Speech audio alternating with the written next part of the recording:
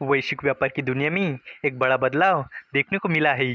America और European union के बीच नया व्यापार समझौता हुआ है, जिसका ऐलान खुद अमेरिकी राष्ट्रपति डोनाल्ड ट्रंप ने किया है। ये डील कई बिलियन डॉलर के निवेश और ऊर्जा खरीद से जुड़ी हुई है, लेकिन इसके साथ ही इसमें उच्च टैरिफ की शर्तें भी शामिल है। बाहर से ये सौदा बड़ी उपलब्धि लगता है, लेकिन क्या वास्तव में यूरोपियन यूनियन ने दबाव में आकर अपने लिए घाटे की डील कर ली है? और क्या ये बदलता व्यापारिक माहौल भारत के लिए नई चुनौतियों का संकेत है? तो चलिए इस अपडेट को डिटेल में जानते हैं। लेकिन आगे बढ़ने से पहले एक रिक्वेस्ट है कि जो भी लोग इस चैनल पर नए हैं वो हमारे चैनल को सब्सक्राइब ज़रूर करें। इस काम के लिए कोई पैसे नहीं लगते हैं, बल्कि इससे हमें मोटिवेशन मिलता है। तो चलिए आगे बढ़ते हैं। अमेरिका और यूरोपियन यूनियन एक नए व्यापार समझौते पर सहमत हो गए हैं। रविवार को अमेरिकी राष्ट्रपति डोनाल्ड ट्रंप ने इसकी जानकारी दी है। ये समझौता स्कॉटलैंड में यूरोपियन कमीशन के प्रेसिडेंट उर्सुला वॉन डर लीयन के साथ हुई बातचीत के बाद हुआ है। रिपोर्ट के अनुसार समझौते में यूरोपियन यूनियन से अमेरिका में इंपोर्ट होने वाले ज़्यादातर सामानों पर 15% का टैरिफ लगेगा। इसके अलावा यूरोपियन यूनियन अमेरिका से 750 बिलियन डॉलर की ऊर्जा भी खरीदेगा। यूरोपियन यूनियन अमेरिका में 600 बिलियन डॉलर का निवेश करने के लिए भी सहमत हुआ है। ये समझौता 1 अगस्त से यूरोपियन यूनियन के सामान पर 30% टैरिफ लगाने की अमेरिका की डेडलाइन से ठीक पहले हुआ है। ट्रंप ने इस महीने की शुरुआत में यूरोपियन यूनियन के अधिकारी को लिखे गए एक पत्र में इसकी चेतावनी दी थी। अमेरिका और यूरोपियन यूनियन के बीच हुआ ये समझौता बाहर से भले ही बड़ी उपलब्धि दिखे, लेकिन यूरोपियन यूनियन के लिए ये डेडलाइन के दबाव में की गई घाटे की डील साबित हो सकती है। ट्रंप की ओर से 1 अगस्त की डेडलाइन से पहले 30% टैरिफ लगाने की धमकी ने यूरोपियन यूनियन को एक ऐसी स्थिति में धकेल दिया जिसके कारण उसे कम फायदेमंद शर्तों पर समझौता करना पड़ा। ऐसे में भारत को बदलते वैश्विक व्यापार माहौल में सतर्क रहना चाहिए। यूरोपियन यूनियन के लिए ये समझौता कई मायनों में घाटे का सौदा है। समझौते के तहत यूरोपियन यूनियन से अमेरिका को आने वाली ज़्यादातर चीज़ों पर 15% का टैरिफ लगाया जाएगा। ये ब्रिटिश वस्तुओं पर लागू 10% दर से काफ़ी ज़्यादा है। भले ये टैरिफ ट्रंप की 30% टैरिफ की धमकी से कम हो, लेकिन यूरोपियन यूनियन के एक्सपोर्ट के लिए ये टैरिफ ज़्यादा है।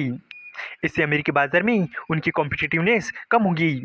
ये टैरिफ अमेरिका जापान व्यापार सौदे के समान है, लेकिन यूरोप की अर्थव्यवस्था के आकार और अमेरिका के साथ उसके व्यापार संबंधों को देखते हुए ये बड़ा बोझ है।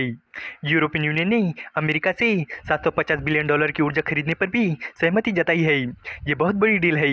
इससे यूरोपियन यूनियन अमेरिकी ऊर्जा पर बहुत ज़्यादा निर्भर हो सकता है और उसके लिए सस्ती या बेहतर ऊर्जा सोर्सेज से खरीद के ऑप्शन कम हो सकते हैं। इसके अलावा यूरोपियन यूनियन ने अमेरिका में 600 बिलियन डॉलर के निवेश पर भी सहमति जताई है। इतनी बड़ी रकम को खासतौर पर इस व्यापार समझौते के तहत लगाना यूरोपियन यूनियन के पास बाकी सेक्टर या अपने देशों में निवेश करने के लिए कम पैसा रह सकता है। इसके अलावा अमेरिका ने यूरोपियन यूनियन के दावों पर 200% टैरिफ लगाने की धमकी दी थी। इससे फार्मा इंडस्ट्री बुरी तरह प्रभावित हो सकती थी। हालांकि समझौते में ये साफ नहीं है कि इस पर क्या सहमति बनी है, लेकिन ट्रंप का यह बयान है कि फार्मास्यूटिकल बहुत खास है और इसे अमेरिका में बनाने की ज़रूरत है।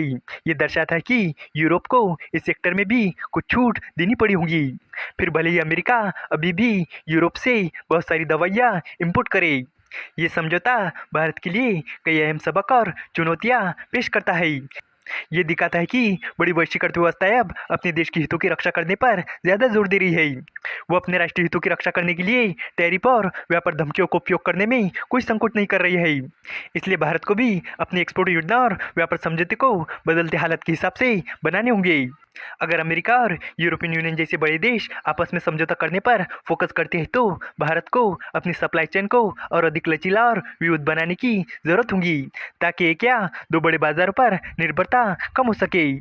ये समझौता भारत को अपने खुद के फ्री ट्रेड एग्रीमेंट को तेजी से अंतिम रूप देने और इसे मजबूत करने के लिए प्रेरित कर सकता है, खासकर उन देशों के साथ जो भारत के बड़े व्यापारिक साझेदार हैं, ताकि आगे चलकर व्यापारिक दबाव से बचा जा सके। ये ग्लोबल ट्रेंड भारत को मेक इन इंडिया जैसी योजनाओं के जरिए अपने देश में उत्पादन बढ़ाने और आत्मनिर्भर बनने के लिए प्रोत्साहित कर सकता है, ताकि वो बाहरी झटकों से कम प्रभावित हो। इस वीडियो का कंक्लूजन ये है कि अमेरिका और यूरोपियन यूनियन के बीच हुआ ये समझौता भले ही बड़ी उपलब्धि लगे, लेकिन असल में ये समझौता यूरोपियन यूनियन के लिए दबाव में किया गया घाटे का सौदा साबित हो सकता है। उच्च टैरिफ, भारी ऊर्जा खरीद और बड़े निवेश की शर्तें यूरोप की आर्थिक आज़ादी को सीमित कर सकती है। ये स्थिति भारत के लिए एक अहम सबक है कि बदलते वैश्विक व्यापार माहौल में उसे अपनी रणनीति मजबूत करनी होगी।